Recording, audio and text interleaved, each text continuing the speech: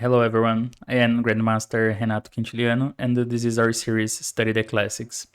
Today we will see a very famous game by Mihail, the famous magician of Riga. Tal was a brilliant player. He was the second player to beat Mihail Botvinnik in a World Championship match, and as we know, later Botvinnik regained the title, but Tao had a very creative style, very aggressive style, which was enough to create many brilliant games, many very beautiful games that every chess player should know. So this is one of them. In this game, he played against Bent Larsen, who was at the time one of the best players in the world as well. Actually, this game was the last game of their match, their semi-final match in the candidates tournament in 1965. So this game started with e4, c5, knight f3, knight c6, d4, c takes d4, knight takes, e6, knight c3, and here Larsen played d6, going for a Scheveningen setup. At least we pronounce it in Portuguese this way, Scheveningen, but you should know this opening as well. Of course, queen c7 would be the classic Taimanov setup, but he played d6. And here Tao chose a very aggressive setup with bishop e3, knight f6, f4, bishop e7, and queen f3. This is a very ambitious variation. White intends to play long castle and start a quick attack on the king side, advancing the pawns. So this is a very... Even nowadays, it's a viable option and also a very, very ambitious option for white. So Larsen continued with castle. Larsen was not a player that he was very confident, also a very strong player, and he didn't run from a good fight. So he played castle as well, but objectively speaking, it seems like that the best line here is e5. I mean, this is the most played in the database. Knight takes e6, b takes e6, and here white can play f5. Then if queen a5, long castle, followed by bishop c4. This is an idea, because the open b file can be useful, but this bishop can go to b3, keeping everything defended, and then later white can continue with g4, h4, and the typical ideas on the king side. But instead, he played castles. And here, long castle, queen c7. And now, Tao played knight db5. Usually, this move doesn't pose problems for black because the queen goes to b8. But here, it has 1 point. As we will see, this queen in some positions can be misplaced on b8, as the game shows. But according to Kasparov, g4 directly is even stronger, is more principled continuation, because the point is that if knight takes, bishop takes d4, e5, white has f takes e5, and d takes e5, queen g3, pinning this pawn, so bishop takes e5 is coming here. And if knight takes g4 to defend d5, then knight d5. So this is more promising. But okay, knight db5, queen b8, and here, Tao played g4, a6, knight d4, the knight goes back, knight takes d4, bishop takes. And here, Larsen played b5, which is an interesting move, not a bad move. It has a good point of preparing bishop b7 and b4 ideas to get some pressure on e4, to get typical counterplay for black on the queen side. But according to Tao, this was an interesting moment, because after this move, it seemed to him that the white attack could develop very quickly here. The attack would be fast. Instead, he says e5. He thought, Tao calculated and evaluated that e5 was the best continuation for black, and he gives the following continuation here. g5, bishop g4, queen g3, and e takes d4. Of course, not bishop takes d1, because after g takes f6, bishop takes knight d5. White is completely winning here. White has, of course, a winning attack now. But Instead, e takes d4, then g takes f6, d takes c3, f takes d7, c takes b2 check, king b1, bishop takes d1. And Tao says that in this position, black probably can defend with success because the position is already simplified. Well, Kasparov, in my great predecessors, the first volume, no, the second volume, he goes a bit further and analyzes e takes f8, queen takes, rook g1, but now g6 is a strong move to prepare a square for the bishop on h5 and the queen d3, bishop h5, queen d5, now queen h6, defending this bishop and followed by rook f8. He thinks white can regain the material here. White is 2 pawns down by now, but white has an active position, but this, according to Kasparov, at least he thinks this is only enough to equalize, not more than that. But in the game, we saw b5. So, well, Tao continued with g5, knight d7, and bishop d3. He doesn't play a3 here.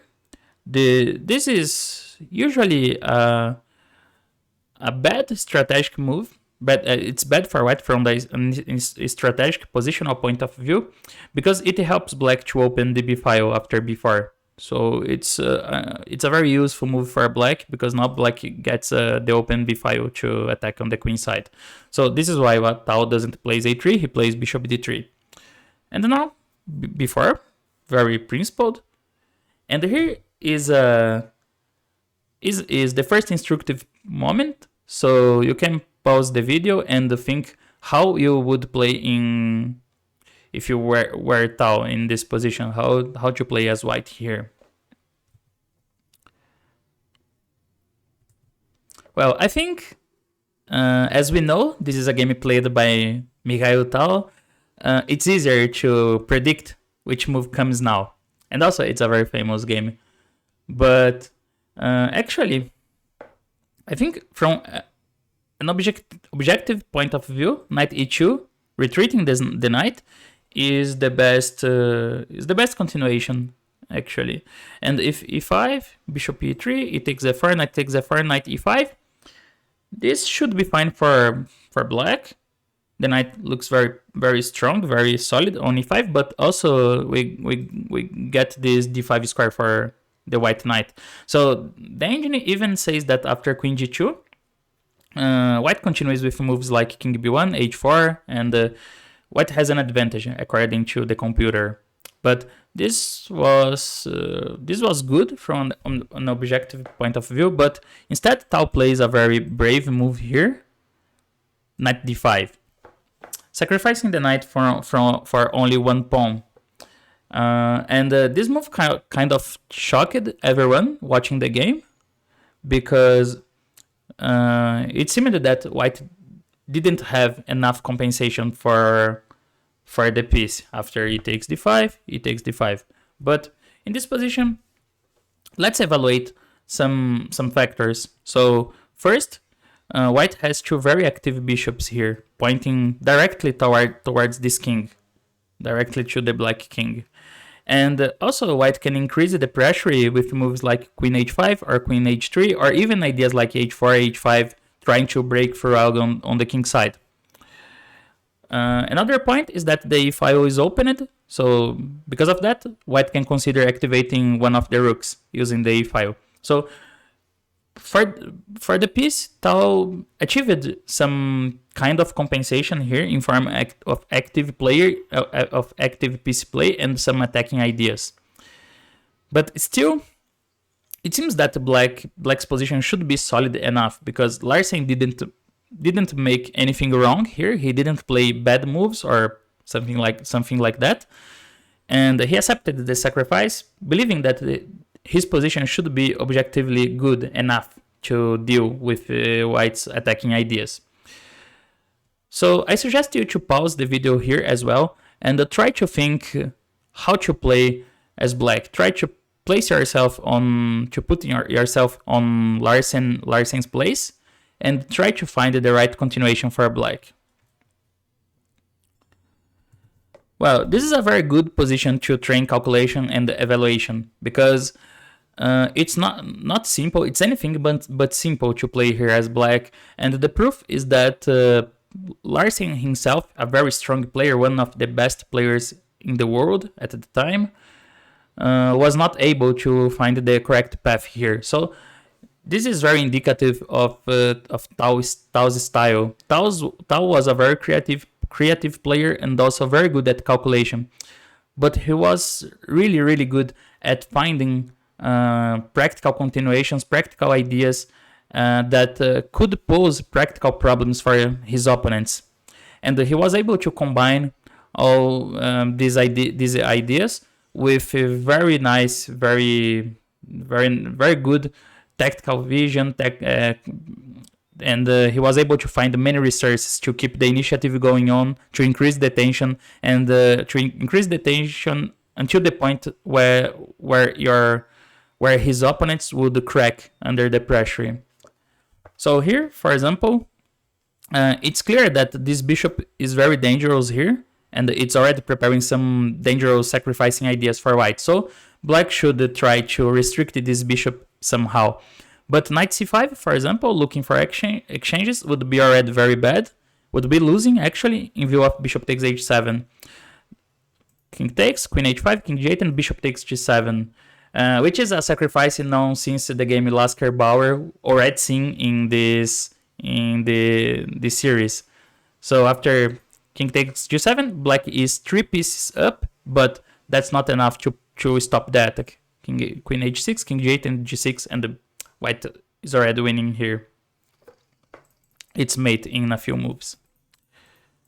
In the game, Larsen played f5, but this move was imprecise because it also exposes some squares on black's camp, and more importantly, it doesn't stops white's attacking ideas, as we will see. Instead, g6 was the right move. It's not so intuitive here because you open the dark squares, and also black gives white ideas like h4, h5. So from a practical point of view, it's easy to understand that Larsen probably rejected this continuation. But the point is that this was the right move. Still, black would have to find some difficult and only moves. So there are too many analyses here, but I will show you the main line. How goes the main line? Rook d1, this is the best try. Then bishop d8, queen h3, intending queen h6. But now comes knight e5. A very strong resource. Bishop b6, on the other hand, trying to exchange this bishop would be a bad idea because of bishop takes g6, f takes, and rook e7. And this is already a winning attack for white. So knight e5. But now after queen h6, here comes bishop b6. Now this is very good. The point is that if bishop takes b6, we take on d3 first with check, and then queen b6. Here black is totally able to stop the attack. And if f takes e5, bishop takes d4, rook e4, trying to transfer the rook. Of course, black cannot allow this idea, so bishop f2. And e6, trying to open new lines, f takes e6, d takes e6. Here there are two ideas for black, two ways of fighting for an advantage. Bishop b7 is one of them, but I even prefer d5 because that allows black to activate this queen. So rook e2, here e7 doesn't work because of rook e8, and when rook e2, queen b6.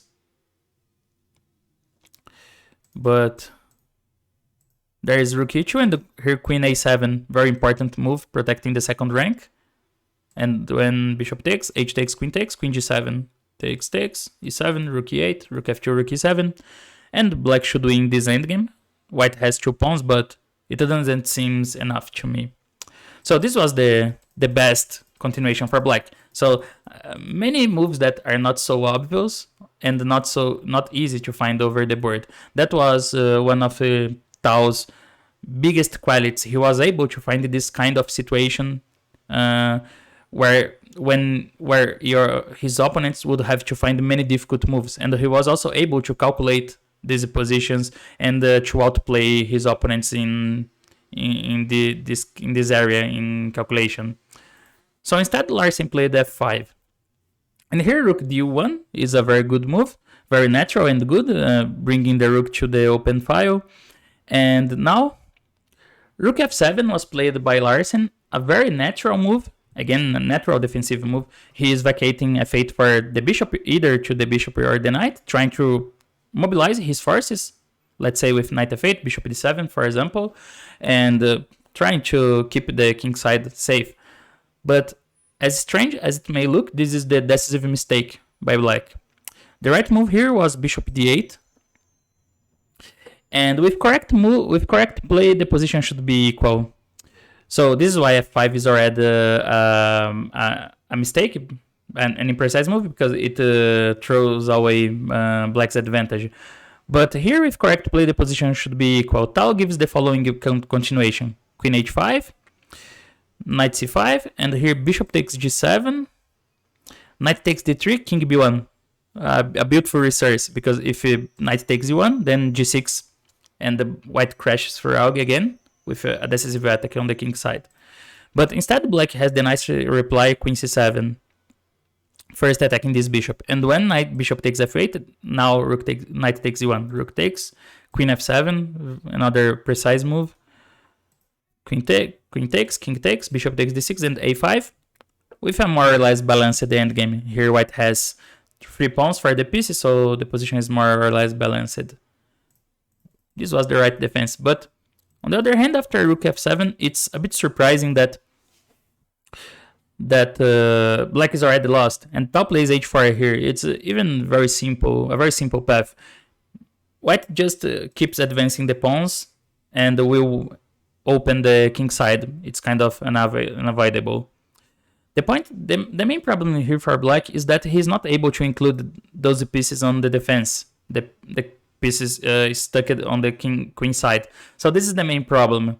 White is able to include all his pieces in the attack, but black's not able to include all his pieces in the defense, and that's why the attack is stronger and wins. So Larsen played the bishop b7. An example of how things go wrong quickly for black is this variation: knight c5, h5, knight d3, queen takes, bishop f8, and g6, rook c7. But now comes h6, opening all the lines in front of this king. So, for example, g takes h6, g takes h7, king takes, rook e8, bishop g7, queen g3. And after something like queen b7, there is rook takes h6, followed by mate. And it's very, very quick. King takes, check, check on h5, and it's mate.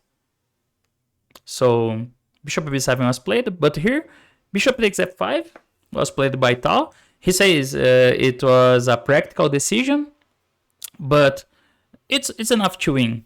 H5 or even g6 followed by h5 were also enough to win. h5 was also very good, preparing g6. Black's more or less defenseless against this. But he plays bishop takes f5, which is good enough.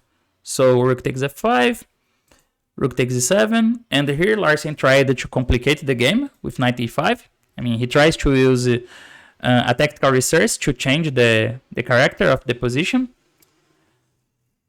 But there was barely other options because if you rook f7, for example, rook takes, king takes, and now comes g6. H takes g6, h5, and white is opening the king side very quickly. If queen g8, for example, queen e4, rook king f8, and h takes g6, and followed by queen f5, rook h7, for example. So knight e5, but now queen e4, and here queen f8 was the best defense. Rook f7 here would lose very quickly. Rook takes, knight takes g6, h takes, queen f8, rook g1, and g7 is defenseless. There is no defense against queen takes, bishop takes g7, for example. So queen f8, but now f takes e5, and rook f4, queen e3, and here Larsen plays rook f3, which was a mistake in time trouble. Bishop d5 was a better try, but now there is e takes d6, and it seems that black will lose in all the lines. For example, if bishop h1, rook takes g7, queen takes, bishop takes, rook f1, king d2, king takes g7, then d7, rook ff8 to stop the pawn, and h5. And even if black has 2 rooks and 1 piece, it's not enough to met this queen. King f7, queen e5, king rook a d8, and queen f6. And yeah, white continue with queen e6, g6, or h6, for example, and it's very easy to keep cramping this king and create new mating threats. And in case of rook takes d4, queen takes, bishop h1, then b3. A very simple move and enough as well. Bishop f3, queen c4, king a8, rook f7, regaining the piece with a technically winning endgame. Well, after rook f3, queen e2, there is no squares to attack this queen anymore. f2 is not available, so Larsen played the queen takes e7, queen takes f3, d takes e5, rook e1. But here, it's already a matter of technique because Tau is going to have 2 pawns up, or at least 1 pawn, but the attack continues on the opposite squares because of the opposite squared bishops. Because basically white attacks on the dark squares and this bishop is useless against this attack. So rook d8 was played. Rook f8 here could be answered by rook takes e5, and with queen takes, if queen takes f8, king takes, bishop e5, bishop d5, bishop d6, and this is a winning bishop, opposite colored bishop for final for white. So rook d8, rook takes e5, queen d6, queen f4, threatening rook e8, of course. Rook f8, queen e4, and here we can see that white is already consolidated. So Larsen tried a desperate attempt of complicating, giving some checks. b3, a takes, rook f1, king d2, queen b4, c3, queen d6, but now came bishop c5. Not the only winning move according to Tao, but a pretty finish here. Queen takes c5, rook e8, rook f8, and queen e6, king h8, and queen f7. So this decides the game. Well, it's as usual when we see the best attacking games by Tao. They are full of interesting moments and nice decisions. Interesting sacrifices to confuse his opponents. This is one of those cases because even if knight d5 is not a correct sacrifice from an objective point of view, in practice it poses very difficult problems for black, and the problems were so difficult that even Larsen was not able to cope with them. Well, I hope you have enjoyed the analysis of this very famous game by Tao, and thanks for watching. See you in the next video.